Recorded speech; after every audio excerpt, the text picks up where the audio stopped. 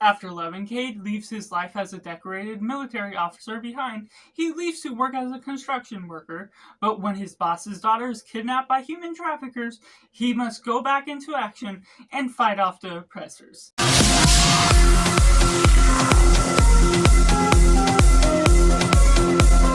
Welcome Cinema, where we focus on a film. I'm Josh, this is Simply Cinema. Let me know down in the comments below what you thought of A Working Man. Was it good, was it bad, or somewhere right in the middle? Let me know all your thoughts, be respectful in the comments below, and keep it spoiler free for those that haven't seen it already. Make sure to like this video if you enjoy it, subscribe if you haven't already, just join in the film culture community where we talk about the love of cinema as a whole and taking it right into the positives.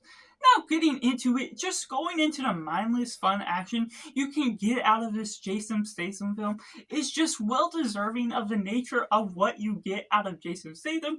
If you're a huge fan of his acting, it'll fully deliver on what you may want out of it. And Sylvester Stallone is working as a writer to this film, which does feel like his type of film he would be trying to work on, help produce, and so it very much checks off some of the boxes that you need.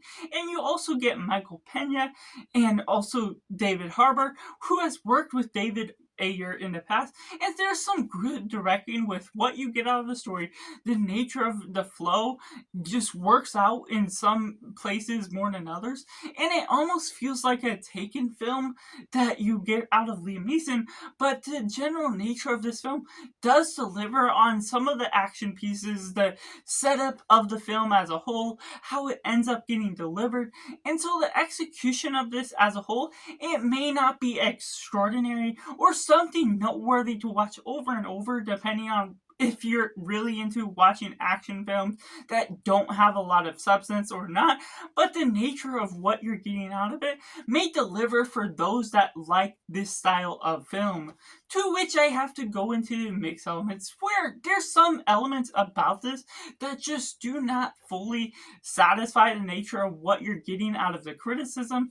You get Michael Pena and David Harbour that, of course, do good, but it also, at the same time, feels like they're quite wasted for their roles that they're put in there. It's sort of thrown in there here and there, and they don't have a lot to their role, and so that really feels like anyone could have been put in their place. You don't have to have these big name actors, and delivering with that, they don't have a particular need or drive to their character that makes them complex enough to need that acting range that you get from these two. And so there's other parts with the action, the setups, what things are doing as a whole, that can just work itself into a whole, not necessarily winning you over fully, because there's not necessarily enough cheese to the dialogue that works effectively for this type of film, for this action, mindless fun sort of role. While it can deliver in some parts, it doesn't necessarily always fully satisfy. I was a little tired when watching this film,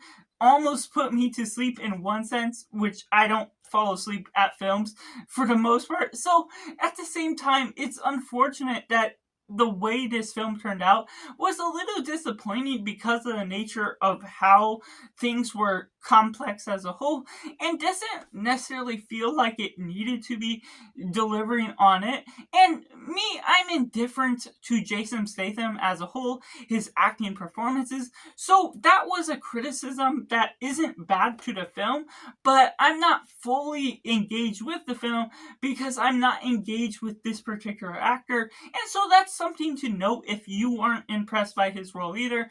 But it sort of could be a hit or miss depending on how much involved you feel the story works in with your favor. Which takes me into the negatives, to which I feel this story was a little bit more convoluted than it needed to be. And the way it goes into these complex parts to what they're working on. And in a similar fashion, I compared it to Taken from Liam Neeson.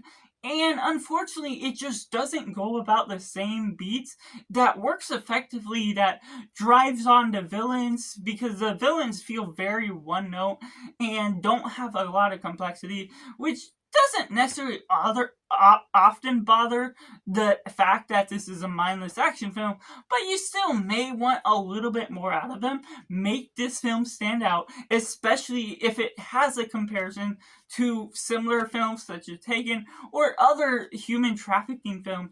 The way they have to resolve the issue, the way Jason Statham plays a character that has this complex of whether he should go after her, whether he should settle down with his life, continue working as a construction worker, just goes about this little caveat of knowing what to expect from this film. Not necessarily anything too big or dramatic goes on.